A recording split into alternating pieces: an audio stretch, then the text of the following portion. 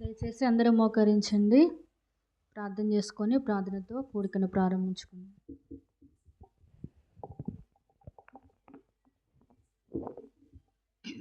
ప్రేమ గల తండ్రి, నమ్మకమైన దేవా, జీవాధిపతి మీకు వందనములు. ఈ రాత్రికాల సమయంలో బెత్లెహేంలో ప్రభా మీ సంధిలో ఈ విధంగా సహోదరీలముగా చేరి రాగడానికి మీరు చూపిన కృపను బట్టి మీకు వందనములు చెల్లిస్తున్నాను. గడిచిన నెలంతా మీరు కాపాడ భద్రపరుస్తూ వచ్చావు తండ్రి. తిరిగి 2వ నెలలో మీరు మాకు అనుగ్రహించినటువంటి ప్రభా మరి సహోదరుల కూడికను బట్టి మీకు వందనములు చెల్లిస్తున్నాను తండ్రి. గడిచిన నెలంతా చేయబడినటువంటి పరిచర్ను మీరు దీవించి ఆస్వాదించండి.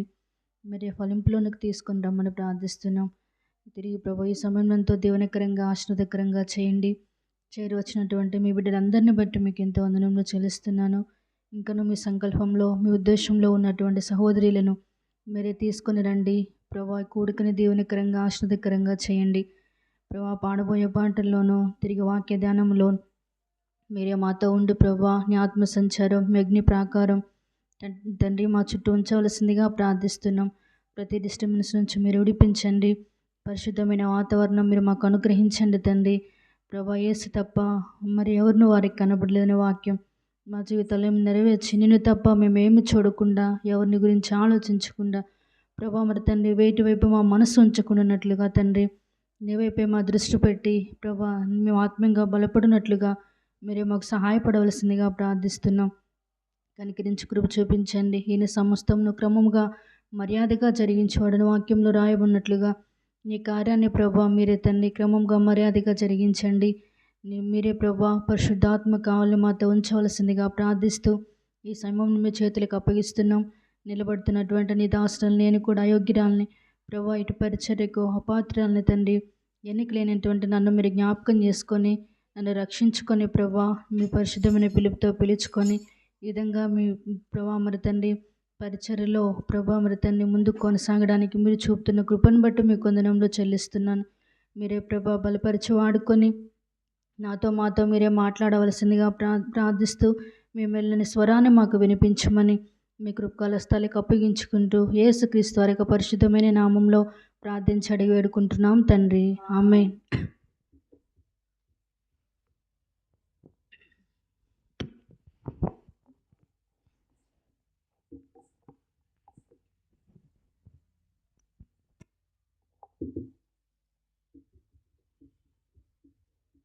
పాట సంఖ్య కొత్త పాటల పుస్తకంలో 215.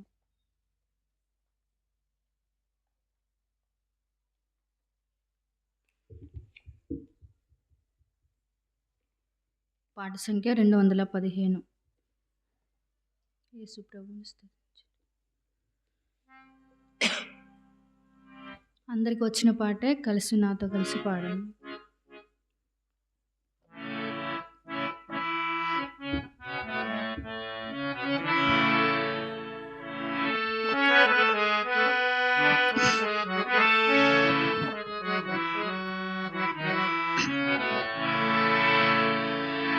యేసు ప్రభువును స్తుతించుట ఎంతో ఎంతో మంచిది. యేసు ప్రభువును స్తుతించుట ఎంతో ఎంతో మంచిది. మహోన్నతుడా నీ నామమును, మహోన్నతుడా నీ నామమును స్తుతించుటయే బహు మంచిది. స్తుతించుటయే బహు మంచిది. హల్లెలూయా హల్లెలూయా హల్లెలూయా హల్లెలూయా హల్లెలూయా హల్లెలూయా హల్లెలూయా హల్లెలూయా. యేసు ప్రభువును స్తుతించుట ఎంతో ఎంతో మంచిది. యేసు ప్రభువును స్తుతించుట ఎంతో ఎంతో మంచిది. విలువైన రక్తము సిలువలో కాచి, విలువైన రక్తము సిలువలో కాచి, కలుషాత్ముల మమ్ము ప్రభు కడిగేను, కలుషాత్ముల మమ్ము ప్రభు కడిగేను. హల్లెలూయా హల్లెలూయా హల్లెలూయా హల్లెలూయా. యేసు ప్రభువును స్తుతించుట ఎంతో ఎంతో మంచిది. యేసు ప్రభువును స్తుతించుట ఎంతో ఎంతో మంచిది. ఎంతో గొప్ప రక్షణనిచ్చి, ఎంతో గొప్ప రక్షణనిచ్చి, వింతైన జనముగా మమ్ము చేసెను, వింతైన జనముగా మమ్ము చేసెను. హల్లెలూయా హల్లెలూయా హల్లెలూయా హల్లెలూయా. యేసు ప్రభువును స్తుతించుట ఎంతో ఎంతో మంచిది. యేసు ప్రభువును స్తుతించుట ఎంతో ఎంతో మంచిది. మా శైలము మా కేడెము, మా శైలము మా కేడము, మా కోటయు మా ప్రభువే, మా కోటయు మా ప్రభువే. హల్లెలూయా హల్లెలూయా హల్లెలూయా హల్లెలూయా. యేసు ప్రభువును స్తుతించుట ఎంతో ఎంతో మంచిది. యేసు ప్రభువును స్తుతించుట ఎంతో ఎంతో మంచిది. ఉన్నత దుర్గము రక్షణ శృంగము, ఉన్నత దుర్గము రక్షణ శృంగము, రక్షించువాడు మన దేవుడే, రక్షించువాడు మన దేవుడే. హల్లెలూయా హల్లెలూయా హల్లెలూయా హల్లెలూయా. యేసు ప్రభువును స్తుతించుట ఎంతో ఎంతో మంచిది. యేసు ప్రభువును స్తుతించుట ఎంతో ఎంతో మంచిది.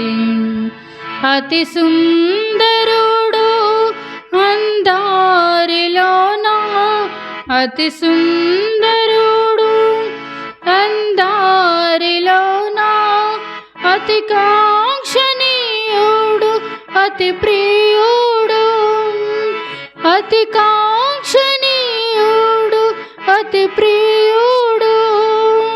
హల్లెలూయా హల్లెలూయా హల్లెలూయా హల్లెలూయా. యేసు ప్రభు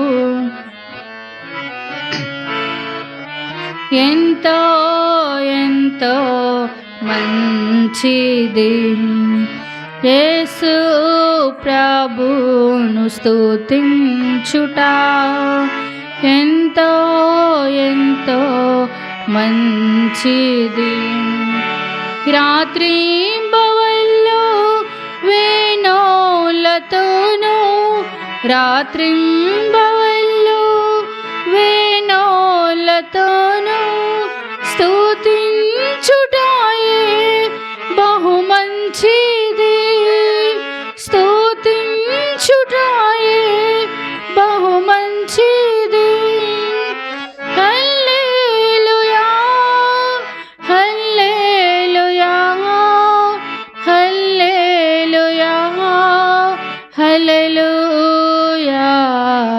యేసు ప్రభు స్తుతించుట ఎంతో ఎంతో మంచిది. యేసు ప్రభును స్తుతించుట ఎంతో ఎంతో మంచిది.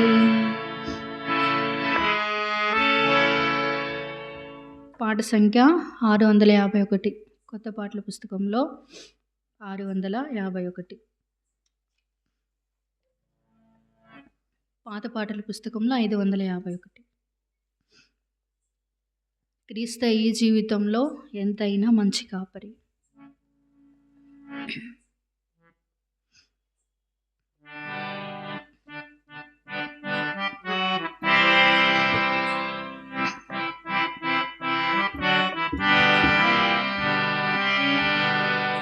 క్రీస్తే ఈ జీవితములో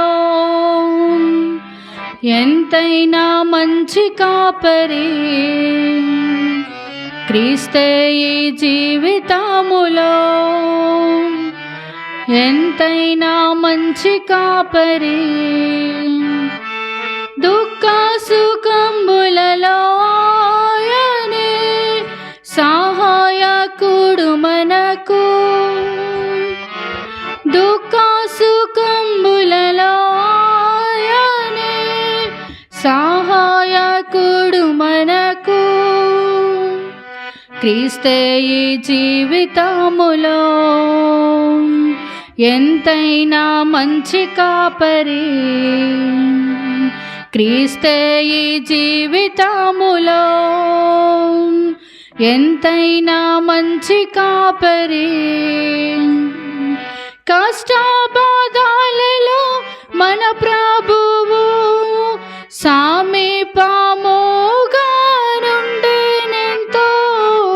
కష్ట బాధలలో మన ప్రభువు సమీపముగా నుండెనెంతో.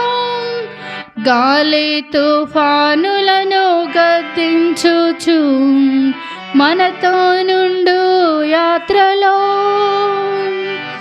గాలి తుఫానులను గద్దించుచు మనతో నుండు యాత్రలో. క్రీస్తే ఈ జీవితములో ఎంతైనా మంచి కాపరి. క్రీస్తే ఈ జీవితములో ఎంతైనా మంచి కాపరి.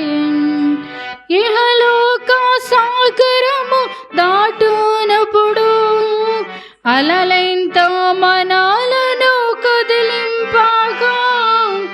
ఇహలోక సాగరము దాటునప్పుడు అలలెంతో మనాలను కదిలింపగా.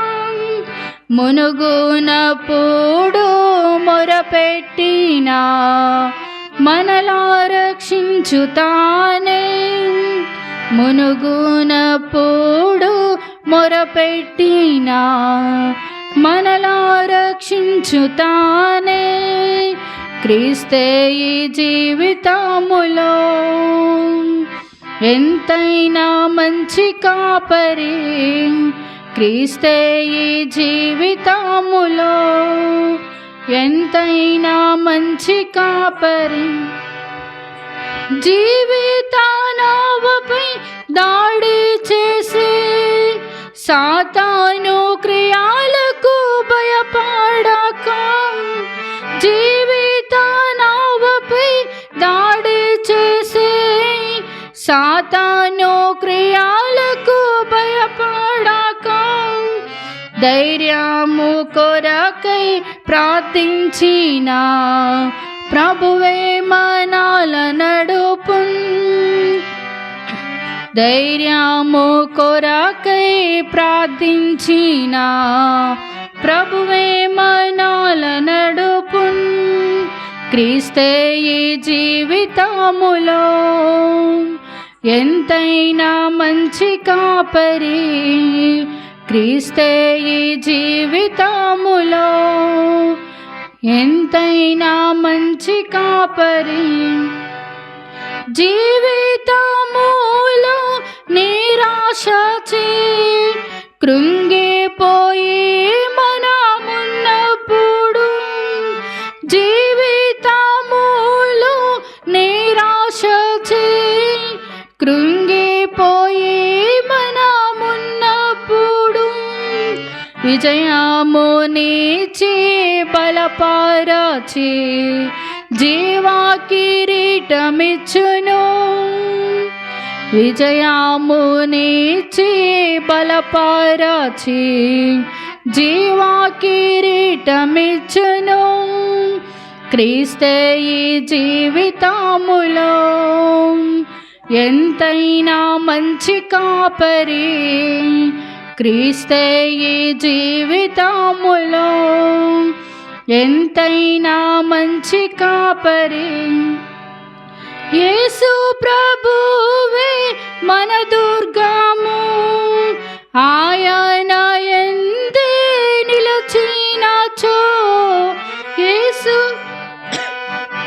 మన దుర్గము, ఆయన యందే నిలిచినచో. నిశ్చయముగా జయింతుము, ఓడిపోవును శత్రువు. నిశ్చయముగా జయింతుము, ఓడిపోవును శత్రువు. క్రీస్తే ఈ జీవితములో ఎంతైనా మంచి కాపరి. క్రీస్తే ఈ జీవితములో ఎంతైనా మంచి కాపరి.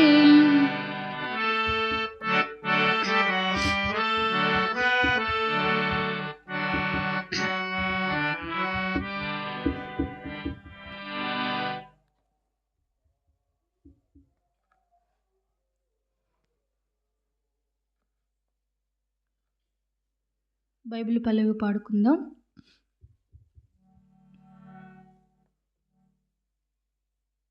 బలబెల మాట బంగారు మాట.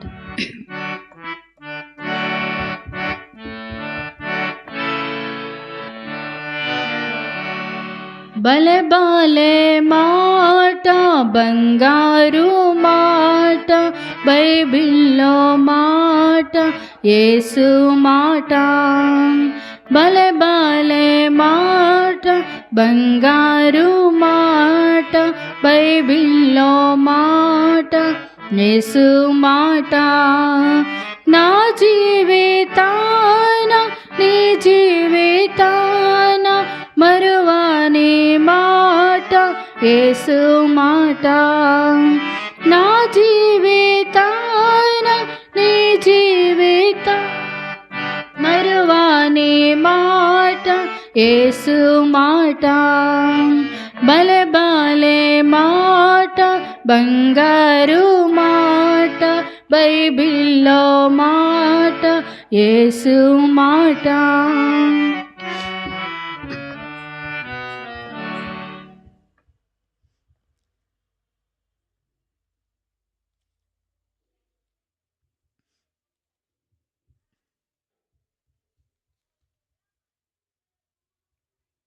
బైబిల్ గ్రంథంలో నుంచి పేతురు రాసిన మొదటి పత్రిక 5వ అధ్యాయము.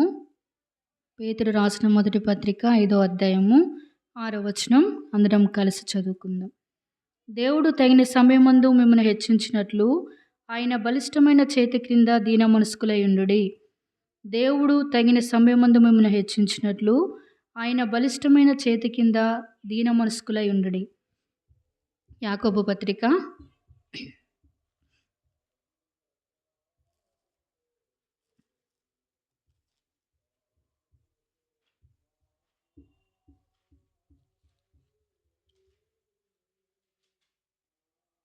యాకోబు రాసిన పత్రిక 4వ అధ్యాయము 10వ వచనం. ప్రభు దృష్టికి మిమ్మల్ని మీరు తగ్గించుకొనుడి, అప్పుడు ఆయన మిమ్మల్ని హెచ్చించును. ప్రార్థన చేసుకుందాం. ప్రేమగల మా తండ్రి, నమ్మకమైన దేవా, కృపావాత్సల్యత కలిగినటువంటి తండ్రి, కనికరం కలిగినటువంటి దేవా, క్షమించుటకు సిద్ధమైన మనసు కలిగినటువంటి తండ్రి, క్షమించుటకు మీరు సమీపంగా ఉన్నటువంటి దేవుడవు ప్రభా, మీ కొందను బట్టి మీ కొందనంలో చెల్లిస్తున్నాను.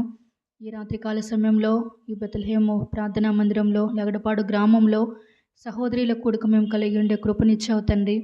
వచ్చిన మీ బిడ్డలైన వారందరిని బట్టి మీ కొందనంలో ఎవరైతే మైక్లో ప్రభా మరి వింటున్నారో వారిని కూడా మీరు జ్ఞాపకం చేసుకునండి. మరి తండ్రి, నీ వాక్యం ద్వారా నాతో మాతో చేరి వచ్చిన మీ బిడ్డలైన వారందరితో మీరే స్పష్టంగా సూటిగా మాట్లాడండి. మరి తండ్రి, మీరేం మాట్లాడలై ఉన్నారో, ఎవరు ఏ అవసరత కొరత వచ్చారో, ఎవరు ఏ మేలు కోరి వచ్చారో ప్రభా తండ్రి, ఎవరు ఏ భారంతో వచ్చారో తండ్రి ప్రభా, ఏ ఆత్మీయ అక్కర కొరకు నీ సన్నిధికి వచ్చారో మీరు ఎరిగిన దేవుడో కనుక ప్రతి ఒక్క ఆశపడే ప్రాణాన్ని మీరు తృప్తిపరిచే దేవుడో తండ్రి కనుక నీ వాక్యం ద్వారా మీరు ఆదరించండి, ధైర్యపరచండి ప్రభా తండ్రి. రక్షణ లేని వారు ఎవరైనా వచ్చి ఉంటే వారితో మీకు మాట్లాడండి, రక్షణ కార్యం జరిగించండి.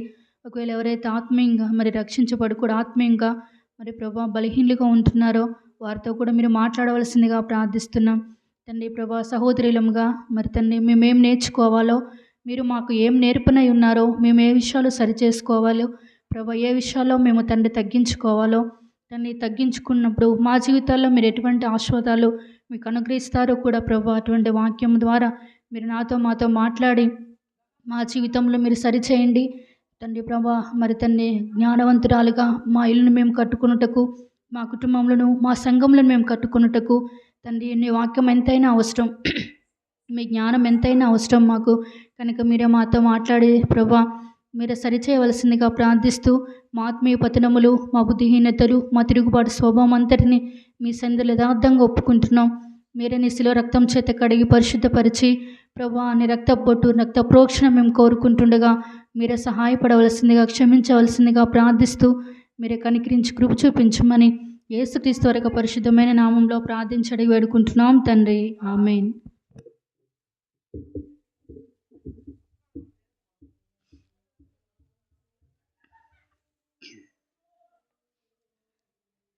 అదేవిధంగా ఆదికాండము 16వ అధ్యాయం కూడా మనం చదువుకుందాం. ఆదికాండము 16వ అధ్యాయము.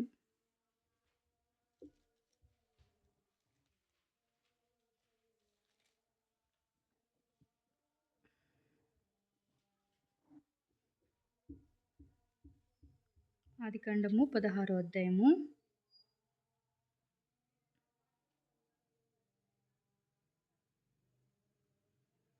ఇక్కడ 16 నుంచి మనకి ఇదంతా తెలిసిన భాగమే.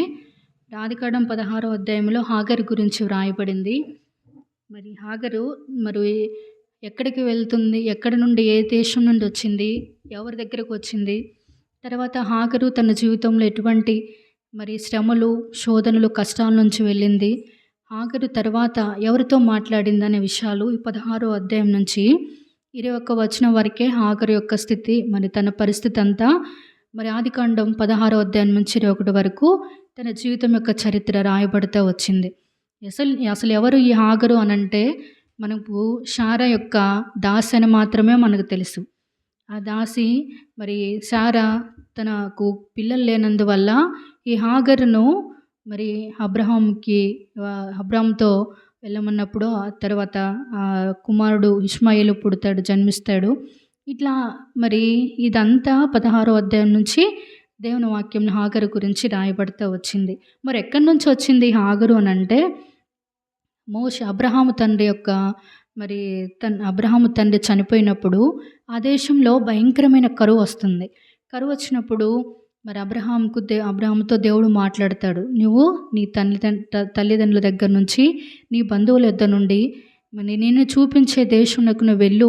ఇక్కడ కరువుతో నువ్వు ఇబ్బంది పడకూడదు అని దేవుడు తనతో మాట్లాడినప్పుడు, ఈ అబ్రహాము తనకున్నటువంటి ఆస్తి, మరి తనకున్నటువంటి సంపద, తనకున్నటువంటి గొర్రెలు, మేకలు, ఒంటెలు, మరి గాడిదలు ఇవన్నీ తీసుకొని, తన భార్య అయినటువంటి శారాను తీసుకొని, మరి దేవుడు ఎక్కడికైతే వెళ్ళమని చెప్తూ వచ్చాడో ఆ దేశానికి వెళ్తాడు.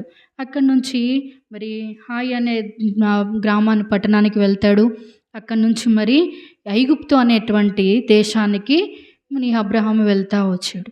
అక్కడికి ఐగుప్తుకి వెళ్తాడు. కరువుకు తట్టుకోలేక, ఆహారము ధాన్యం సమృద్ధి లేక మరి అని దేవుడు చూపించినటువంటి ప్రాంతానికి వెళ్ళమన్నప్పుడు అబ్రహాము ఐగుప్తు దేశానికి వెళ్తాడనమాట.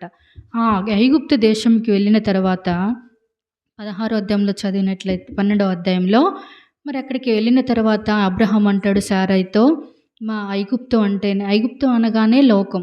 ఐగుప్తు అంటే ఎవరుంటారు? ఐగుప్తులో అన్యులు ఉంటారు. దేవుని ఎరుగినటువంటి అన్ని జనాంగం ఉంటుంది. యేసుప్రభు అంటే ఎవరు కూడా తెలియనటువంటి అన్య దేశం అది. యేసుప్రభు అంటే ఇష్టపడుతున్నటువంటి ఆ దేశంలోనికి ఈ అబ్రహాం వెళ్తా వచ్చాడు. అక్కడికి వెళ్ళినప్పుడు మరి ఆ సారాతో అంటాడు, నువ్వు నా భార్య అయిన ఇక్కడ ఎవరికి చెప్పవద్దు. ఒకవేళ నువ్వు అడిగినప్పుడు నా చెల్లి అని చెప్పమంటాడు. ఎవరు? అబ్రహాము చెప్పమంటాడు. ఎందుకంటే శారా చాలా అందంగా చక్కగా ఉండటం చూసి, ఒకవేళ ఐగుప్తు అంటేనే లోకం, పాపంతో నిన్నటువంటి దేశం అది. మరి ఆ దేశ ప్రజలు ఒకవేళ మరి భార్య అని చెప్పినప్పుడు నిన్ను తీసుకువెళ్ళి నన్ను చంపేస్తారేమో, నీ వల్ల నాకు మేలు కలగాలంటే నిన్ను ఎవరైనా అడిగినప్పుడు చెల్లి, నా అన్న అని చెప్పమని చెప్పినప్పుడు ఆ దేశానికి వెళ్ళిన తర్వాత అక్కడ ఆ దేశాన్ని పరిపాలించేటువంటి ఫరో ఎదుట ఆమె చక్కగా అందంగా ఉంటుందని తెలిసినప్పుడు ఫరో పిలిపిస్తూ ఉంటాడనమాట. అక్కడ ఆ తర్వాత మరి అబ్రహాము శారా అంటే దేవుని యందు భయభక్తులు కలిగినటువంటి కుటుంబం, ఎంతో విశ్వాసంతో కూడినటువంటి కుటుంబం కనుక మరి అక్కడ ఐగుప్తు దేశంలో అక్కడ అబ్రహామును బట్టి ఈ శారాను తీసుకెళ్ళాడే కానీ ఫరో తన ఇంటికి ఆమెను బట్టి, ఆ కుటుంబాన్ని బట్టి బాగా మహావేదనలతో ఆ ఫరో కుటుంబాన్ని దేవుడు వేదనలకి గురి చేస్తూ ఉంటాడు. ఇదంతా చూసినటువంటి ఫరో, నువ్వు నాకు చెల్లెనని ఎందుకో అబద్ధం చెప్పావు, ఈమె నా భార్య కదా అని ఫరో ఏం చేశాడంటే భయపడుతూ వచ్చాడు. అబ్బో, వీడు మా సామాన్యమైన మనుషులు కాదు, వీళ్ళు నమ్ముకున్నటువంటి దేవుడు గొప్ప దేవుడు, వీళ్ళ జోలికి మనం రాకూడదనే ఉద్దేశంతో ఇక్కడ నుంచి వెళ్ళమని చెప్పి శారాని పంపించేస్తాడు. దాంతోపాటుగా తనకు కరువు ఉంది కాబట్టి వారికి కావాల్సినటువంటి ధాన్యం సమృద్ధి, వాళ్ళకి కావాల్సినటువంటి సమృద్ధిని అంతటిని ఇచ్చి వాటితో పాటుగా ఐగుప్తు దేశం నుంచి పనికెత్తలను పంపిస్తారు. ఐగుప్తు నుంచి వచ్చింది. ఎక్కడి నుంచి వచ్చింది హగరు? ఐగుప్తు దేశం నుంచి మరి కనానుకు వస్తూ ఉంటారు అబ్రహాం కుటుంబం, వారితో పాటు అక్కడికి వచ్చింది. మరి హాగరు ఎక్కడ కూడా మరి ఫరోని ఎదిరించినట్లుగా చూడలేదు, యజమానికి లోబడింది. మొట్టమొదటిగా హాగర్లో ఉన్నటువంటి లక్షణం ఏంటంటే, ఫరో వెళ్ళమంటాడు, నువ్వు అబ్రహాముతో వారితో శారాలతో కలిసి వారు వెళ్ళే దేశానికి వెళ్ళు అన్నప్పుడు మరి ఫరోకి ఫరో యొక్క ఎందుకు వెళ్తాను, ఇది నేనున్నటువంటి దేశం, నేను ఇక్కడే ఉంటాను, నేను వెళ్ళను, నేను వాళ్ళతో ఎందుకు వెళ్తాను, ఇక్కడ నా జనాంగం ఉంది, నా తల్లిదండ్రులు ఉన్నారు, నాకు ఇక్కడ అందరు ఉన్నారు, నేను ఎందుకు వాళ్ళతో వెళతానని ఎదిరించక యజమానుడు చెప్పినటువంటి మాటకు లోబడినటువంటి స్త్రీగా ఈ హాగరుంది. అంతేకాని ఎక్కడ కూడా మరి నేను ఎందుకు వెళ్ళాలయ్యా, అది వాళ్ళు ఎక్కడికి వెళ్తారో తెలీదు, వారు ఎటువంటి వాళ్ళో తెలీదు, వాళ్ళు నన్ను ఏం చేస్తారో తెలీదు, దేశం కాని దేశం వెళ్ళి నేను కష్టాలను భరించలేను, నేను బాధపడలేను, వారు నన్ను బాగా చూసుకుంటారో చూసుకోరో తెలియదు కదా, నా తల్లిదండ్రులని, నా జనంగాన్ని, నాకున్నటువంటి బంధువులను వదిలిపెట్టి నేను ఎందుకు వారితో వెళ్ళాలని ఎదిరించకుండా అబ్రహాము శారాలతో ఐగుప్తు దేశం నుంచి ఇక్కడ కనానుకు వచ్చిందనమాట. వచ్చిన తర్వాత మరి అబ్రహాంకి శారాలకు ఒక కొరత ఉంది. ఏంటది? సంతానం లేదు. సంతానం లేకపోవట చూచి చాలా దుఃఖపడతారు, వేదన పడతారు, బాధపడతారు. ఆ దినాల్లోనంట మరి ఉపపత్నులు ఉండేవాళ్ళంట. ఒక్కొక్కళ్ళకి మరి ఇంతమంది భార్యలని, భార్యలతో పాటు ఉపపత్నులు ఉండేటువంటి వారంట. అట్లా ఈమెను తీసుకొని రావడం జరిగింది. అబ్రహాం చేసిన మొట్టమొదటి తప్పేంటంటే ఐగుప్తుకి వెళ్ళడం ఒక తప్పైతే, అక్కడి నుంచి ఈ దాసిని తీసుకొని రావడం రెండో తప్పు. ఆ తప్పు వల్ల ఏం జరిగింది, సారాకు గూడా సాతాను చిన్న ఆలోచన పెట్టాడు. ఈమె వల్ల ఒకవేళ ఆ కుమారుడు పుడతాడేమో ఉద్దేశంతో మరి అబ్రహాంకి చెప్పినప్పుడు ఆయన కూడా శారాని ఎదిరించడానికి మరి ఎందుకు ఆ తప్పు చేయకూడదు కదా అనేది అబ్రహాం కూడా ఎక్కడ అనలేదు. మరి భార్య చెప్పగానే హాగరుతో వెళ్ళడం, ఆ తర్వాత మరి ఇష్మాయేలు తను గర్భం ధరించడం హాగరు జరిగింది. ఇక్కడ మరి తనకు మనకు నేర్పించే పాఠం ఏంటంటే, ఐగుప్తు అనగా చీకటి లోకము, అది భయంకరమైనటువంటి పాపంతో కూడినటువంటి మరి దేశం, అన్య జనాంగం ఉన్నటువంటి దేశం అది. మరి యేసుప్రభు అంటే ఎరుగని ప్రదేశం. అటువంటి ఆ ఐగుప్తు నుంచి దేశం కాని దేశం తెలియని ప్రజలతో అబ్రహాం సారాలతో పాటు వచ్చి మరి మొదటిగా ఫరో తన యజమానికి లోబడింది. వెళ్ళమనగానే వెళ్ళడానికి తను ఇష్టపడింది. ఆ తర్వాత హాగర్ ఎక్కడికి వచ్చింది, అబ్రహాం సారాల దగ్గరకు వచ్చి, అబ్రహాం సారా ఐగుప్తులో ఉన్నప్పుడు వారి యజమానికి లోబడింది. ఐగుప్తు నుంచి అబ్రహాం సారాలతో పాటు వచ్చినప్పుడు వారి యజమానులైనటువంటి అబ్రహాం సారాలకు తను లోబడుతూ వచ్చింది. అందుకని బైబిల్లో రాయబడింది కదా, ఎవరు దీన మనస్కులై ఉంటారో, దేవుని బలిష్టమైన రేకుల కింద ఎవరు దీన మనస్కులై ఉంటారో వారిని దేవుడు హెచ్చిస్తాడని. అందుకని తన జీవితం కూడా బైబిల్ గ్రంథంలో రాయబడ్డానికి కారణం ఏంటంటే, నిజంగా దేశం కాని దేశం మరి ఎరుగని జనాంగం మధ్యకు వచ్చి కూడా మరి తను ఎక్కడ కూడా మరి దేవుణ్ణి విడిచిపెట్టడానికి కానీ వారి యజమానులకి తిరస్కరించడం కానీ తను చేయలేదు. ఇప్పుడు అక్కడున్నప్పుడు అన్న జనాంగంలో ఉన్నప్పుడు అన్న దేవతలను పూజించింది. తను మరి అక్కడ వారికి లోబడుతూ వచ్చింది. ఎప్పుడైతే అబ్రహాం సారాలతో పాటు వచ్చిందో, అబ్రహాం సారాలు నమ్ముకున్న దేవుడు ఎవరు, నిజమైన జీవగల దేవుడు. ఆ దేవునికి ఈమె కూడా నమ్ముకొని విశ్వాసం ఉంచి ఆ దేవుణ్ణి ఆశ్రయించుట, ఆ దేవుని మీద ఆధారపడుట హాగర్ నేర్చుకుంది తన జీవితంలో. ఎక్కడ కూడా మరి వారిని మరి బాధ పెట్టినట్టుగా, వారి మాటకు లోబడకుండా వారిని ఎదిరించినట్టుగా కూడా తను ఎక్కడ కూడా మరి ఎదిరించినట్లుగా రాయబడలేదు. లోబడింది. తన యజమానులు ఎట్లా చెప్తే అట్లా చేసింది, యజమానురాలు ఎలా చెప్తే అలా చేసింది. మరి వారికి సహాయం చేస్తా, వారికి పని చేస్తూ, వారి కింద తన అణుగుమణిగి ఉంటూ తన జీవితాన్ని కొనసాగిస్తూ ఉంది. మన ఆత్మీయ జీవితంలో కూడా మన యజమానుడు ఎవరు, యేసుక్రీస్తు ప్రభువారు. అందుకని కొండల తట్టు నా కనులెత్తుచున్నాను, నాకు సహాయం ఎక్కడి నుంచి వచ్చును. దాసులు కన్నులంట యజమానుడి తట్టు చూస్తాయంట, దాసి కన్నులు యజమానురాల తట్టు చూస్తాయంట. మన కన్నులు ఎవరి వైపు చూస్తున్నాయి, మన కన్నులు పరమ యజమానుడు యేసుక్రీస్తు యొక్క ఆయన వైపు మన కన్నులు ఎత్తేవరంగా ఉండాలి. అందుకనే తన జీవితంలో, హాగర్ జీవితంలో కూడా యజమానికి లోబడి ఉండుట తన జీవితంలో నేర్చుకుంది. వారు ఏ దేవుణ్ణైతే సేవిస్తున్నారో, వారు ఏ దేవుణ్ణైతే అబ్రహాం సారాలు పూజిస్తున్నారో, ఎవరి ఎందైతే విశ్వాసం కలిగి ఉన్నారో ఆ దేవుని ఎందే హాగర్ కూడా విశ్వాసం ఉంచి మరి దేవునిలో కొనసాగినట్టుగా తన యొక్క జీవితాన్ని మనం చూస్తున్నాం. అందుకని హాగర్ మనకు నేర్పించే పాఠం, ఆమెకు ప్రపంచానికి కూడా తను అందిస్తున్న సందేశం ఏంటంటే, నేను దేశం ఐగుప్తు నుంచి వచ్చాను. అందుకనే రూతు కూడా ఒక మోయాబీరాలు. కానీ నయోమితో పాటు వచ్చి మరి ఆ కుటుంబంలో పడిన తర్వాత ఆ మోయాబు దేశంలో ఉన్నటువంటి దేవతల్ని విడిచిపెట్టి, విగ్రహాలను విడిచిపెట్టి, అత్తతో మరి అత్త నమ్ముకున్నటువంటి దేవుని నమ్ముకొని అత్త యొక్క మార్గంలో తను నడుస్తూ వచ్చింది రూతు కూడా. అందుకని ఇక్కడ ఈ హాగర్ కూడా మరి యజమానులకు లోబడుతూ వచ్చింది. వారు నమ్ముకున్నటువంటి దేవుని నమ్ముకొని, వారు సేవించేటటువంటి దేవుని సేవించి మరి ఎక్కడ కూడా తను ఎదిరించడం కానీ తిరుగుబాటు చేయడం కానీ తన జీవితంలో కనపడలేదు. ఓపిక ఎంతో విధేయతతో, అందుకనే విధేయతలో యేసుక్రీస్తు ప్రభువారు కూడా శ్రమలు ఏం నేర్చుకున్నాడు, విధేయత నేర్చుకున్నాడు. మనకు వచ్చేటువంటి శ్రమల్లో, మనకు వచ్చేటువంటి నిందల్లో, మరి ఏ పరిస్థితులు వచ్చినప్పుడు కూడా మనం శ్రమల్లో విధేయత నేర్చుకోవడం మనకి ఎంతైనా అవసరం. ఈ విధేయత ఒకప్పుడు మనల్ని హెచ్చించేదిగా ఉంటుంది. తిరుగుబాటు చేసో, ఎదిరించో లేకపోతే తిరస్కరించో ఇవన్నీ చేయడం వల్ల మన ఆత్మీయ జీవితంలో ఎక్కడ కూడా మనం విధేయత నేర్చుకోలేం. హాగరు కూడా తన జీవితంలో విధేయత అనేది పాఠాన్ని తను నేర్చుకొని ప్రపంచానికి కూడా తను అందిస్తున్న సందేశం ఏంటి? యజమానికి, మన పరమ తండ్రి అయినటువంటి మన యజమానికి మనం లోబడినప్పుడు, విధేయత కలిగి ఉన్నప్పుడు దేవుడు మనల్ని హెచ్చిస్తాడనే సందేశాన్ని ఈ హాగరు మనకు నేర్పిస్తూ ఉంది. రెండవదిగా ఏం చేసిందంటే, శ్రమల వలన తను దేవుని మీద ఆధారపడడం నేర్చుకుంది. ఎట్లా నేర్చుకుంది? హాగరు ఐగుప్తు నుంచి వచ్చిన తర్వాత శారా భయంకరంగా తను వేధిస్తుంది. చూడండి, ఆదికాండము 16వ అధ్యాయము 6వ వచనంలో, అందుకు అబ్రాము, ఇదిగో నీ దాసి నీ చేతిలో ఉన్నది, నీ మనసు వచ్చినట్లు దాన్ని చేయమని సారాయితో చెప్పెను.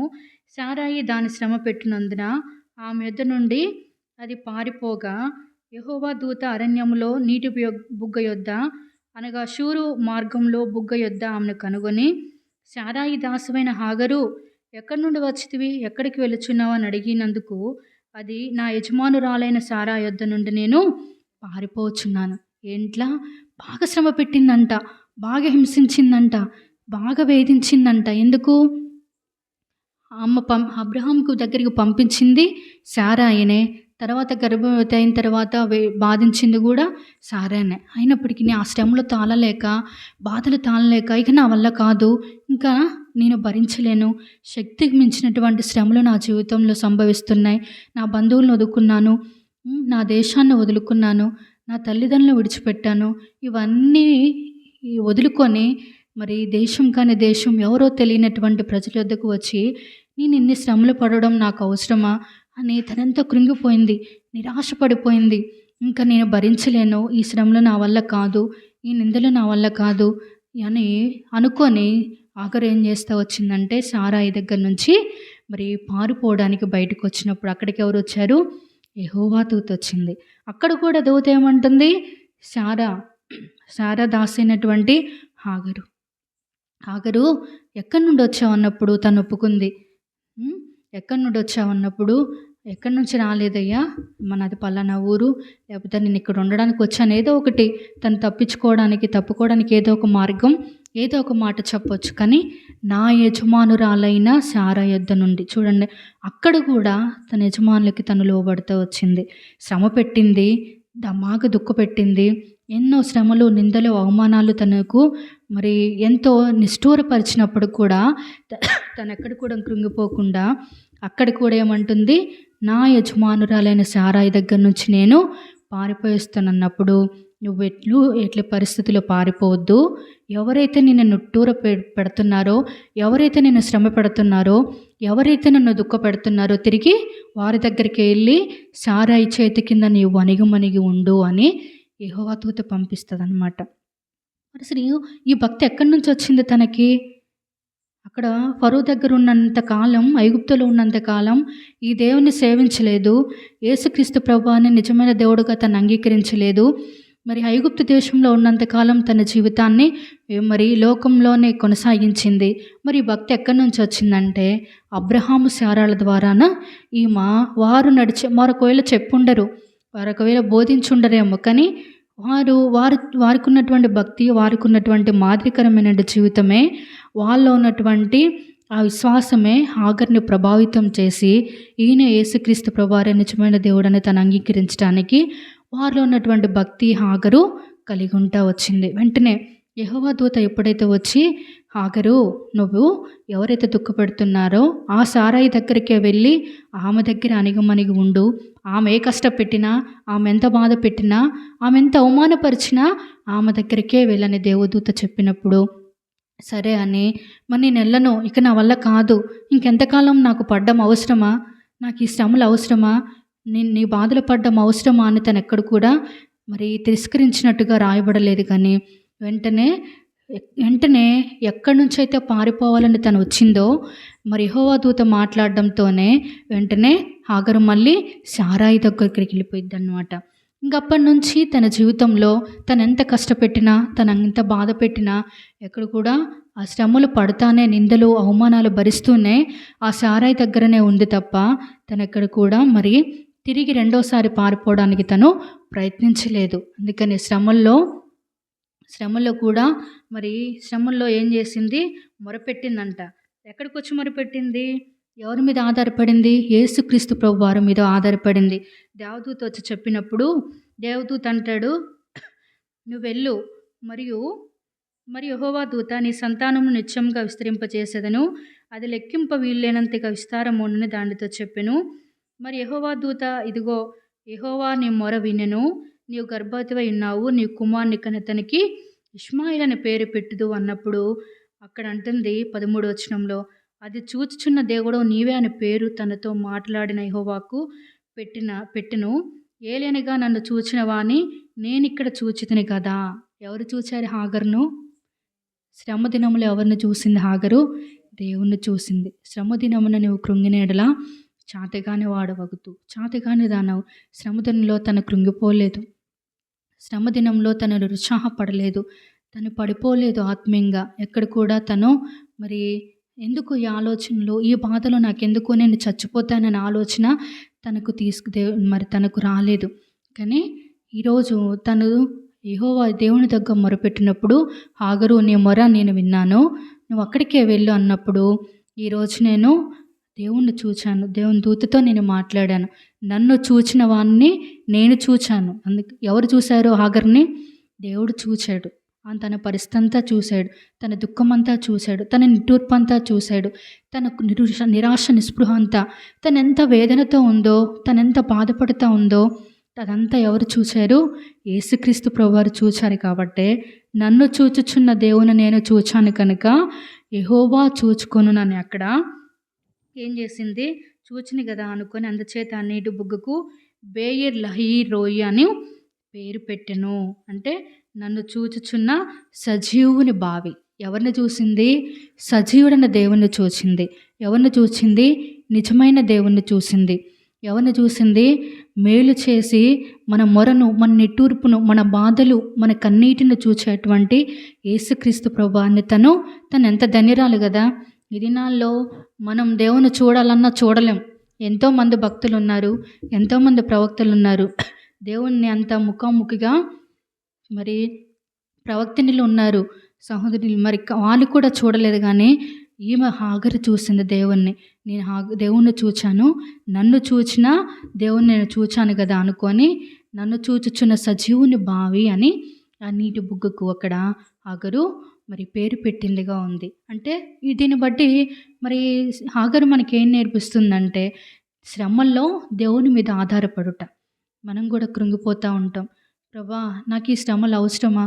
ఈ కష్టాలు నాకు అవసరమా? నేను ఎంతవరకు ప్రభా, నేను ఎవరికి చెప్పుకోలేను ఈ బాధలు, నేను ఎవరు కూడా చెప్పుకోలేను. ఎవరికి చెప్పినా నా బాధలు, నా కష్టాలు ఎవరు కూడా తీర్చలేరు. నువ్వే నాకున్నావు ప్రభా, నీవే నాకు దిక్కు అని మన పరమ తండ్రి అయిన యేసుక్రీస్తు దగ్గర మనం మొరపెట్టినప్పుడు, మన కష్టాలైనా, మన బాధలైనా, మన నిరాశ ఏదైనా, మనం ఎంత కఠినమైన పరిస్థితులు గుండా మనం వెళ్తున్నా, ఎంత భరించలేనటువంటి శ్రమల ద్వారా మనం వెళ్తున్నా, మనం ఎంత నిరాశ నిస్పృహల్లో ఉన్నా కూడా ఎవరిని ఆశ్రయించాలి?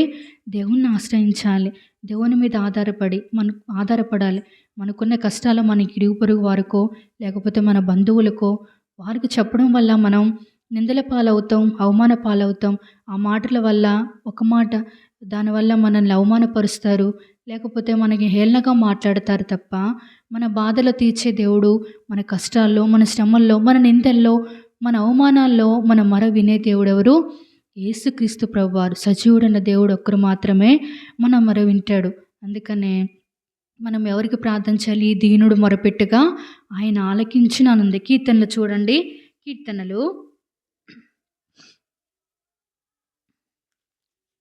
కీర్తనల గ్రంథము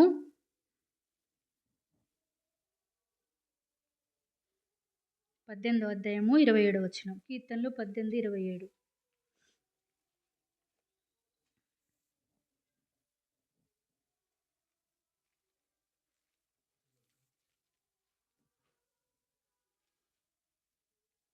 మూర్ఖుల ఎడల నీవు వికటముగా నుందువు, శ్రమపడు వారిని నీవు రక్షించుదువు, గర్విష్ఠులకు విరోధివై వారిని అణచివేసేదవు.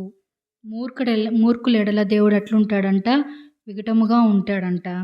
శ్రమపడు వారిని నీవు రక్షించదవు. ప్రభా, నేను ఎవరికి చెప్పుకోవాలి ఈ కష్టాలు, నేను ఎవరికి చెప్పుకోవాలి ఈ నిందలు, నేను ఎవరికి చెప్పుకోవాలో ఈ అవమానాలు, నాకెవరున్నారు అని మనకు వస్తున్నటువంటి శ్రమల నుంచి మనం కృంగిపోతూ ఉంటాం, బాధపడుతూ ఉంటాం. కానీ మనం పడే ప్రతి బాధ, పడే ప్రతి నిరాశ నిస్పృహ ఎవరికి చెప్పుకోవాలి? యేసుక్రీస్తు ప్రభువారికి చెప్పుకున్నప్పుడు ఆయన చూసుకుంటా మౌనంగా ఉండడంట. మనం పడే ప్రతి బాధ, మనకు వచ్చే ప్రతి నింద, ఈ అవమానాలు యేసుక్రీస్తు ప్రభువారు చూస్తూనే ఉంటాడు. చూసి ఊరుకొని ఉంటాడా? శ్రమపడు వారిని నీవు రక్షించదవు కదా. ఇక్కడ అదే జరిగింది హాగరు జీవితంలో. శ్రమదినంన దేవుని మీద ఆధారపడింది, దేవునితో మొరపెట్టింది. పారిపోవాలనుకున్నటువంటి తన్ను దూత వచ్చి పారిపోకుండా ఆపేసింది. ఎప్పుడైతే మరి అక్కడ దూత వచ్చి చెప్పగానే వెంటనే లోబడిపోయింది. వెంటనే, ప్రభా ఇది చాలు, ఈరోజు నువ్వు నన్ను చూచుచున్నావు, నాతో ఉన్నావు, నా ప్రతి బాధని వింటున్నావు, నా ప్రతి ఒక్క శ్రమ నువ్వు చూస్తున్నావని ఎప్పుడైతే ధైర్యముతో నా ప్రభు నాకున్నాడు చాలు, శ్రమదినంలో నన్ను రక్షిస్తాడు చాలు, నా ప్రార్థన దేవుడు వింటాడు చాలనే ధైర్యం ఎప్పుడైతే మన ఆత్మీయ జీవితంలో మనం కలిగి ఉంటామో అప్పుడు మనం చాతిగాని వారంగా మనం ఉండం, దేవుని చాతిగాని వాడవుగా మనం చేయం. శ్రమదినంన మనం మొరపెట్టినప్పుడు దేవుడు మనల్ని రక్షించే దేవుడుగా ఉంటాడు. ఎప్పుడైతే దూత వచ్చి చెప్పిందో వెంటనే ఎక్కడి నుంచి అయితే వచ్చి పారిపోవాలని వచ్చిందో అదే స్థలాన్ని తిరిగి వెళ్ళి హాగరు తన యజమానురాలికి లోబడి ఉందంట. చూడండి, తనలో ఎంత దీనత్వం, ఎంత విధేయత, ఇదంతా ఎక్కడి నుంచి వచ్చింది? అదే ఐగుప్తులో ఉండుంటే హాగర్కి వచ్చేదా ఈ భక్తి? ఐగుప్తులో ఉండుంటే దేవుణ్ణి చూచేదా? ఐగుప్తులో ఉండుంటే ఈ శ్రమలో, నిందలు, అవమానాలు భరిస్తూ మరి వచ్చినప్పుడు తను తట్టుకోగలిగేదా? నిజమైన సజీవుడైన దేవుణ్ణి చూచుండేదా? ఎప్పుడైతే అబ్రహాం సారాలతో పాటు వచ్చిందో ఆయన దేవుడు నిజమైన దేవుడని నమ్ముకొని ఆయనే నన్ను చూస్తున్నాడు, నా విషయంలో దేవుడు జోక్యం చేసుకున్నాడు, నా మీద దృష్టి పెడుతున్నాడు, నాకు దేవుడు ఉన్నాడని ఒక విశ్వాసం, భరోసా ఆఖరి జీవితంలో పొందుకుంటూ వచ్చింది. ఆ దినం నుంచి ఎప్పుడు కూడా పారిపోలేదు, దేవుని మీద ఆధారపడింది. శ్రమదినంలో మనం కూడా ఏం చేయాలి? దేవుని మీద ఆధారపడుట మనం నేర్చుకోవాలి. మూడవదిగా, దేవుని మాట వినడానికి ఇష్టపడి దేవుని యొక్క ఆశీర్వాదాలకు పాత్రలైంది. ఎందుకు ఆశీర్వాదాలకు పాత్రలైందంటే తను ఆ తర్వాత మరి ఇష్మాయేలు జన్మిస్తాడు. ఇష్మాయేలు జన్మించినప్పుడు ఆఖరి జీవితంలో ఇంకా ఎక్కువైపోయినాయి కష్టాలు. తను గర్భవతిగా ఉన్నప్పుడు ఎన్ని కష్టాలు అయితే తను పొందుతూ వచ్చిందో ఇష్మాయేలు జన్మించిన తర్వాత ఇంకా కష్టాలు ఎక్కువైపోయినాయి. ఎందుకు? సారాకు పిల్లలు లేరు, ఆఖరకు కుమారుడు జన్మిస్తాడని ఇంకా భయంకరమైనటువంటి నిందలు, ఇంకా ఎక్కువగా మరి హాగర్ను సారా ఇబ్బంది పెట్టడం, ఇవన్నీ మరి చాలా భరిస్తూ వచ్చింది. ఇంకా వల్ల కాలేదు. అయినప్పుడు కూడా ఆ రోజు నేను పారిపోతూ ఉన్నప్పుడు నన్ను చూసి నా మీద దృష్టి పెట్టి, నీకేం కాదు, నిన్ను విస్తరింపజేస్తాను, నీ కుమారుడు జన్మిస్తాడు, అతనికి ఇష్మాయిల్ అని పేరు పెడతావని ఆ రోజు నిజమైన సజీవుడైన దేవుడు నాకు వాగ్దానం ఇచ్చాడుగా. అందుకని నేను ధైర్యంతో ఉంటా. నేను ఎన్ని శ్రమలన్నా నాకు రాను, ఎన్ని కష్టాలన్నా నాకు రాను, నేను తిరిగి మళ్ళీ పారిపోనని అదే తీర్మానంతో ఉంది. ఇంక ఈ సారా మరి ఆ పరిస్థితి అంతా చూసి ఇష్మాయిల్ జన్మించడంతో తట్టుకోలేక, భరించలేక తిరిగి అబ్రహాముతో చెప్తుంది, నువ్వు హాగర్ను పంపించేసనగానే అబ్రహాము మరి హాగర్ను పంపించేసినప్పుడు 21వ అధ్యాయంలో మరి కుమారుడు ఇష్మాయిలు దాహంతో ఎంతో మరి ఆకలితో అలమటిస్తూ ఉన్నప్పుడు ఆ కుమారుని చావు అతని కేకలు వినలేక హాగరు ఎక్కడికైతే బావి దగ్గరికి వచ్చి తన వాగ్దానం పొందుకుంటూ వచ్చిందో మళ్ళీ తిరిగి వెళ్ళింది. ఆ రోజు నువ్వు నన్ను చూచావుగా ప్రభా, నేను నిన్ను చూచాను కదా, నువ్వు నాతో మాట్లాడావు కదా, నేను నిన్నతో మాట్లాడాను కదా, ఆ రోజు నువ్వు వాగ్దానం ఇచ్చావు కదా, ఈరోజు నీ దగ్గరకు వచ్చా. నేను ఆ పిల్లవాని చావు నేను చూడలేను కనుక మరి పిల్లవాన్ని బ్రతికిస్తావా, మరి ఏం చేస్తావో మీ ఇష్టం అని వెంటనే ఆ బావి దగ్గరికి వెళ్ళి మరి కుమార్ని అక్కడ పెట్టి తిరిగి మరలా ప్రార్థన చేయడం ప్రారంభించింది. ఎవరు? హాగరు. అందుకని హాగరు జీవితంలో నిజంగా యజమానికి లోబడింది. అదే మనం కూడా మన పరమ తండ్రి అయినటువంటి యేసుక్రీస్తు ప్రభువారైన మన యజమానుడికి మనం భయపడేవాడుగా ఉండాలి. రెండోదిగా శ్రమల ద్వారా తనకు వచ్చినటువంటి శ్రమల వల్ల దేవుని మీద ఆధారపడుట తను నేర్చుకుంది. మనం కూడా శ్రమల్లో మనం ఎవరి మీద ఆధారపడాలి? యేసుక్రీస్తు మీద ఆధారపడినప్పుడు దేవుడు మన ప్రతి పరిస్థితి నుంచి మనల్ని విడిపించి మనల్ని శ్రమపడిన యెడల శ్రమలో మనల్ని రక్షించే దేవుడుగా ఉంటాడు. మూడవదిగా తన విధేయత నేర్చుకుంది. యేసుక్రీస్తు ప్రభువారు కూడా శ్రమలు వచ్చినప్పుడు ఏం నేర్చుకున్నాడు? విధేయత నేర్చుకున్నాడు. అదే మాదిరి మనకు దేవుడు చూపిస్తున్నాడు.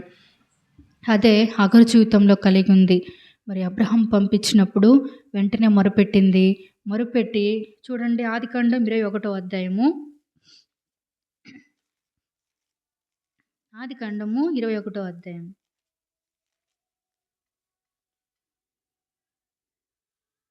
ఆ పిల్లవాని చావు నేను చూడలేననుకొని వింటి వేత దూరం వెళ్ళి అతనికి ఎదురుగా కూర్చుండెను. ఆమె ఎదురుగా కూర్చుండి ఎలుగెత్తి ఏడ్చెను.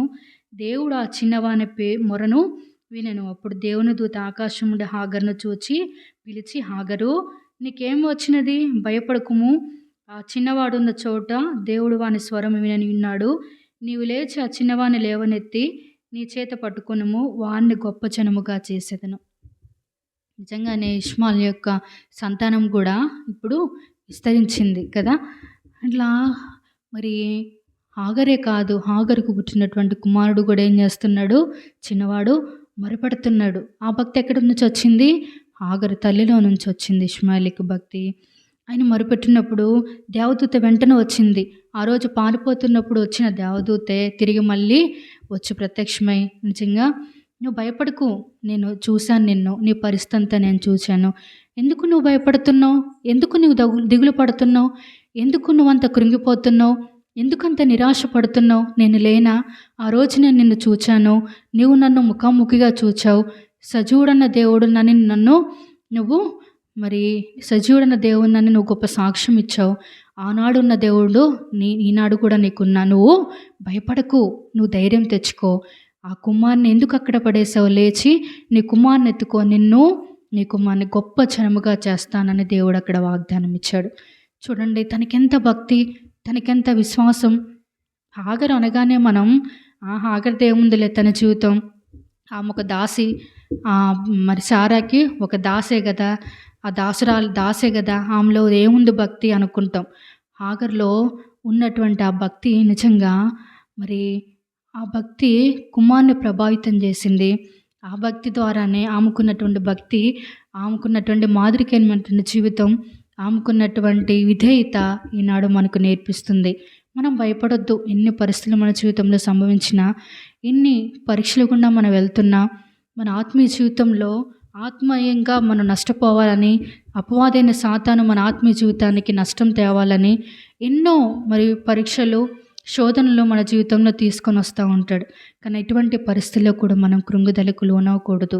అందుకనే శ్రమ దినంలో మనం ఏం చేయాలి? మొరపెట్టాలి. మొరపెట్టి ప్రార్థించినప్పుడు దేవుడు మన జీవితంలో గొప్ప కార్యాలు చేసే దేవుడుగా ఉంటాడు. ఎక్కడ కూడా కృంగిపోవద్దు. ఈ దీనుడు మొరపెట్టగా ఆయన ఆలకించును. మీ చింత యావత్తు నా మీద వేయుడు అని దేవుడు చెప్తున్నప్పుడు మన చింతలన్నీ మనమే భరిస్తూ, మన బాధలన్నీ మనమే భరిస్తూ, ప్రభా ఇక నేను భరించలేను, ఇంకా నా వల్ల కాదు అనంటే, యేసు ప్రభు అందుకే ఉంది కదా సామెత, అడగందైనా అమ్మ ఏం పెట్టదు, అన్నం పెట్టదంటే. మనం అడిగితేనే కదా. కానీ అడగకపోయినా కూడా దేవుడు మనకు ధారాళంగా ఇస్తాడు. అందుకనే దీన మనస్కులా ఉండాలి, తగ్గించుకోవాలి. మన జీవితంలో ఎన్ని శ్రమలు వచ్చినా, ఎన్ని నిట్టూర్పులు వచ్చినా తగ్గింపు అనేది, విధేయత అనేది నేర్చుకోవాలి. శ్రమల్లో మనం దేవుడి మీద ఆధారపడటం నేర్చుకోవాలి. ఆ నేర్చుకున్నప్పుడు దేవుడు మనకేం చేస్తాడు? హెచ్చించుకున్న వారిని దేవుడు తగ్గిస్తాడు. మనం తగ్గించుకున్నప్పుడు దేవుడు హెచ్చించే దేవుడుగా ఉంటాడు. మన జీవితమే ఇతరులకు ఒక మాదిరికరంగా ఉండాలి.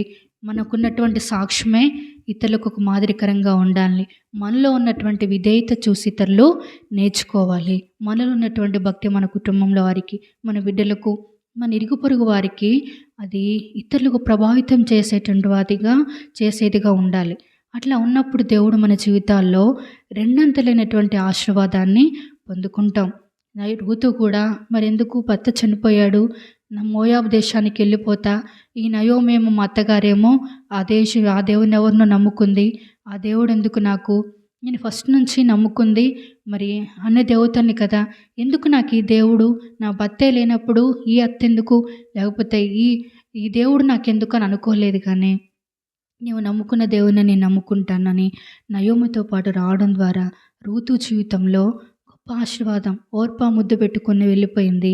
రూతు మాత్రం తన అత్తతో వచ్చినప్పుడు నిజమైన దేవుని కలిగి ఉండటాన్ని బట్టి ఆశీర్వాదం పొందుకుంటూ వచ్చింది. మరి రూతు తనకిచ్చినటువంటి కుమారుని ద్వారా యేసుక్రీస్తు యొక్క వంశావళి మరి బైబిల్ గ్రంథంలో యేసుక్రీస్తు ప్రభువారు కూడా ఆ వంశావళిలోంచి రావడానికి ఇష్టపడుతూ వచ్చాడు. చూడండి తన జీవితంలో ఎంత గొప్ప ఆశీర్వాదం. కాబట్టి దేవుడు మన ప్రతి పరిస్థితిలో, ప్రతి నిట్టూర్పులో దేవుడు మనతో ఉంటాడు. మనం ఉంటాడనేటువంటి మరి నమ్మకంతో దేవుని దగ్గర మనం మొరపెట్టి దేవుని దగ్గర విధేయత నేర్చుకున్నప్పుడు దేవుడు అన్ని విషయాల్లో మనల్ని ఆశీర్వదించే దేవుడుగా ఉంటాడు. కనుక హాగర్ ద్వారా మనం నేర్చుకునేది ఏంటంటే మన పరమ తండ్రి యేసుక్రీస్తు ప్రభువారికి మన యజమానికి మనం లోబడాలి. తర్వాత శ్రమ దినంలో మనం దేవుని మీద ఆధారపడటం నేర్చుకోవాలి. మూడవదిగా విధేయత నేర్చుకోవాలి. విధేయత ఉన్నప్పుడు మనం ఎన్ని పరిస్థితులైనా జయించగలుగుతాం. ఆ విధేయత లేకపోతే, ఓర్పు సహనం లేకపోతే మనం ఆత్మీయ జీవితంలో ముందు కొనసాగలేం. ఆత్మీయంగా నష్టపోతాం. విధేయత లేకపోతే ఆత్మీయంగా మనం బలహీనపడిపోతాం, నష్టపోతాం. తద్వారా ఎన్నో పరీక్షలు, ఎన్నో మరి ఆత్మీయమైనటువంటి పతనం మన జీవితంలోకి వచ్చి అపవాదికి చోటిచ్చే వారంగా ఉంటాం. అపవాది అయిన సాతాను కూడా మనల్ని బలహీనపరిచి ఆత్మీయంగా మరి నష్టపరిచేదిగా ఉంటుంది. అందుకనే దేవుని మరి మనకిచ్చినటువంటి రక్షణను మనం కొనసాగించాలంటే విధేయత మనకి ఎంతైనా అవసరం. ఈ 3 విషయాల్లో మనం ఎక్కడ తప్పిపోతూ వచ్చాం మన ఆత్మీయ జీవితంలో. మనం ఆధారపడాల్సింది యేసుక్రీస్తు ప్రభువారి మీద కదా! మనం ఇప్పటి వరకు ఒకవేళ మనుషుల మీద ఆధారపడుతూ వచ్చామేమో, మనుషులకు చెప్పుకుంటున్నామేమో మన సంగతులు, మనుషుల దగ్గర మన విషయాలు చెప్పుకుంటున్నామేమో, తద్వారా తేలికైపోతాం, మరి చులకనైపోతాం అనే విషయాన్ని మనం గ్రహిస్తే మన బాధ, మన నిట్టూర్పు ఏదైనా దేవుని దగ్గర చెప్పుకొని దేవుని మీద ఆధారపడడం మన ఆత్మీయ జీవితంలో నేర్చుకుంటే మనం ఎక్కడ కూడా ఆత్మీయంగా నష్టపోయే వారంగా ఉండం. విధేయత కలిగి మరి భక్తి కలిగి విశ్వాసం కలిగి దేవుని మీద ఆధారపడే వారంగా మనం ఆత్మీయ జీవితంలో ముందుకు కొనసాగినట్లు దేవుడు మాకు సహాయం చేయనుగాక. ప్రార్థన చేసుకుందాం. దయచేసి ఇద్దరు ప్రార్థించండి. మరి నిన్న వాక్యంను బట్టి బెత్లెహేము పరిచర్య కొరకు మరిద్దరు ప్రార్థించండి. తిరిగి రేపు సాయంత్రం షిలోహులో కూడా సహోదరుల కూడిక ఆదివారం పరిచర్య కొరకే ప్రార్థించవలసిందిగా మనవి చేస్తాం.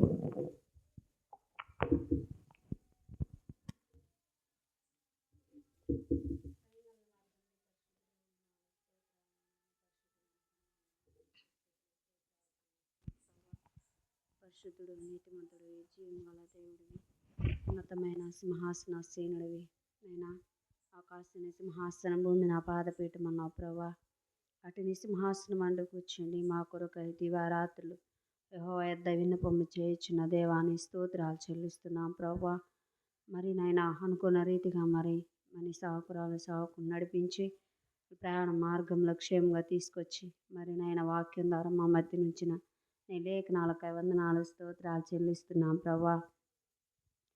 మరి అబ్రహాం భార్య అయిన సారా మరి ఆగరు ఏ రీతిగా ఆయన ఐగుప్తు నుంచి తీసుకొచ్చుకొని తన బానిసగా నాయన ఏర్పరచుకొని తన పని చెలికత్తెగా తీసుకొచ్చుకున్నప్పుడు తనను ప్రభా ఏ రీతిగా గర్భవతి అయిన తెలుసుకుని నాయన వెళ్ళగొట్టినప్పుడు హింసించినను, బాధ పెట్టినను నైనా నా తండ్రి తిరిగి వెళ్ళిపోవచ్చు నాయన లోకం నుండి వెళ్ళిపోయి ఏ రీతిగా నాయన బ్రతకొచ్చని వెళ్ళిపోయినప్పుడు నా ప్రభా తనతో మాట్లాడావు ప్రభా, తనను దర్శించావు ప్రభా, తనతో మాట్లాడే ఏ రీతిగా నీ దాసురాలైన నా ప్రభా ఏ రీతిగా దాసి వలె ఈ లోకంలో పాపములో మేము కూడా అటు ఆగరు వలె నాయన లోకానుసారంగా జీవిస్తుండగా నీ ప్రియకుమారుడైన యేసుక్రీస్తు రక్తంలో కడగబడిన మా అమ్మ కూడా ప్రభా నీ సజీవుల సంఖ్యలో ఉంచి మరి నాయన నీ దాసురాలైన మరి భార్య ఏ రీతిగా శారాను యొద్దకు వెళ్ళమని మరి పంపించాడు ప్రభా.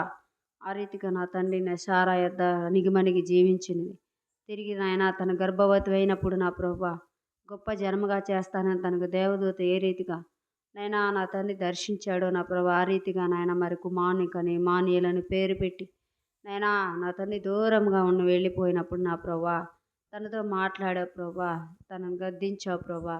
నిజంగా తనైతే నా ప్రభా యేసుక్రీస్తు నామంలో యజమానురాలు ఎదుట, యజమానుని ఎదుట, దేవుని ఎదుట నాయన లోబడిన దానిగాను, నాయన తగ్గించుకున్న దానిగాను విశ్వాసంతో జీవించింది ప్రభా.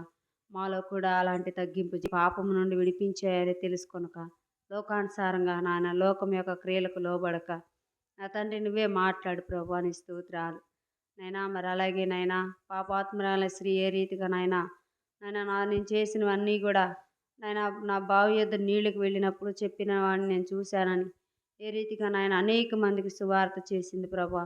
అనేక మందిని తీసుకొచ్చి నాయన నేను రక్షించబడటకు నేనేక ఆత్మల కొరకు నాయన ప్రార్థన చేసింది ప్రభా. అంత పాపాత్ములైన స్త్రీనే ఏర్పరచుకున్నావు కానీ లోకములు మేము ఏ పాటి వారం ప్రభా. నా తండ్రి నువ్వంత జ్ఞానము విశ్వాసము కల దేవుడు గనక ఈ లోకములో ఉన్న ప్రతి ఒక్క పాపి కూడా నీ సన్నిధిలో వచ్చి మొరపెట్టినప్పుడు నేను ఆ పండి అన్న పాపని రక్షించే దేవుడు నీవని తెలుసుకొనక అనేక మంది నా ప్రాణమా తాగుము తినుము సుఖించుము ఈ లోకంలో శాశ్వతమైన తెలుసుకుంటున్న లేక నేను లోకానుసారంగా జీవిస్తున్నారు ప్రభా. నువ్వే మాట్లాడు ప్రభా, నీ స్తోత్రాలు వందనాలు ప్రభా. మరి అలాగేనైనా రాజు భార్య అయిన శ్రీ ఎలీషాకి ఏ రీతిగా నాయన పరిచర్య చేయటకు వచ్చినప్పుడల్లా నాయన భోజనము నాయన బల్లయు మంచము నాయన పీటయు సమస్తము దీపము నేను సమకూర్చింది ప్రభా. తను కూడా ప్రభా ఏ రీతిగా నాయన విశ్రాంతి కలుగుటకును అలాగే నాయన పీట ఎద్దు కూర్చొని నా ప్రభా నీ పరలోకమందును నీవు విజ్ఞాపన చేయించినప్పుడు నీ పాద సన్నిధిలో నీ లేఖనములు వినుటకును పీటను సిద్ధపరిచావు నాయన. మరి బల్లనిచ్చావు ప్రభా. అపోస్తుల బోధ సహవాసము రొట్టె విరుచుట ప్రార్థన చేయటం ఎడతెక్క ఉండాలని ప్రభా. ఈ 4 ఉంటేనే సహవాసం అన్నావు ప్రభా. అటు విశ్వాసం కలిగిద్ది అన్నావు ప్రభా. మాలో అటు భయభక్తులు లేక లోకానుసారంగా జీవిస్తున్నా నీ ప్రియకుమారుడైన యేసుక్రీస్తు ద్వారా మమ్మల్ని సరిచేసుకొనుటకును నాయనా నీ శరీరము నీ రక్తమును అనుదినము నాయన పరిశుద్ధము నీ శరీర రక్తమాంసాల్లో పాలు పొందుచుండగా మా ప్రతి విషయంలో కూడా మేమేం చేయించున్నాము ఎరిగి నాయన నీ సన్నిధిలో ఒప్పుకొని నాయన ఒప్పుకున్నవాడే ధన్యుడన్నా ప్రభా. మా పాపములైతే నీ సన్నిధిలో కప్పుకొనక విశ్వాసమున కర్తయ్యగేసాయ నీ వైపు చూసి ఒప్పుకొని నీ శరీరం నీ రక్తంలో పాలు పొంచుండకు సిద్ధపరిచినందుకు వందనాలు ప్రభా. అనేక మందికి ఇట్టి ధన్యత విశ్వాసము తెలియక లోకానుసారంగా జీవిస్తున్నారు ప్రభా. నువ్వు జ్ఞాపకం చేసుకో నేను నీకెంతో వందనాలు స్తోత్రాలు. మా ఆత్మీయత జీవితంలో వెలిగించబడటకును అనేక ఆత్మల కొరకు సిద్ధపరచుకున్నటకును అయా నిశ్చితమైతే నడిపింపు దయచేదేవా. నువ్వు మాట్లాడు ప్రభా. అయా మైకు ద్వారా వినుచున్న నీ సావుకురాలు మరి ఏ రీతిగా పరిచర్య చేయొచ్చున్నది ప్రభా. స్త్రీల మీటింగ్ ప్రతి ఒక్క వారం ప్రభా నువ్వే మాట్లాడు ప్రభా. ప్రతి ఒక్కరితో నువ్వే మాట్లాడి గద్దించు ప్రభా. నీ చిత్తమైతే పద్మాస దీపంలో ఏ రీతిగా యోహాను గురించి ప్రార్థన చేశాడు ప్రభా. అయా అటు దీపస్తంభం మరి బెత్లెహేమున్నాయన అన్యుల మధ్య నీ ఇంటిని ఏర్పరచుకున్నావు ప్రభా. ఇటు ఏర్పాటు ఎందు నిమిత్తమై మాకైతే తెలియదు కానీ ప్రభా నువ్వే సహాయం చేయి. వాక్యం చదివి వినిపించుము, ప్రార్థన చేయము. చాలా కాలం తర్వాత అది నాయన నీళ్ల మీద తేలినట్లు కనబడుతుంది అన్నా ప్రభా. నీ చిత్తం ప్రభా మేమైతే ప్రార్థిస్తున్నాము.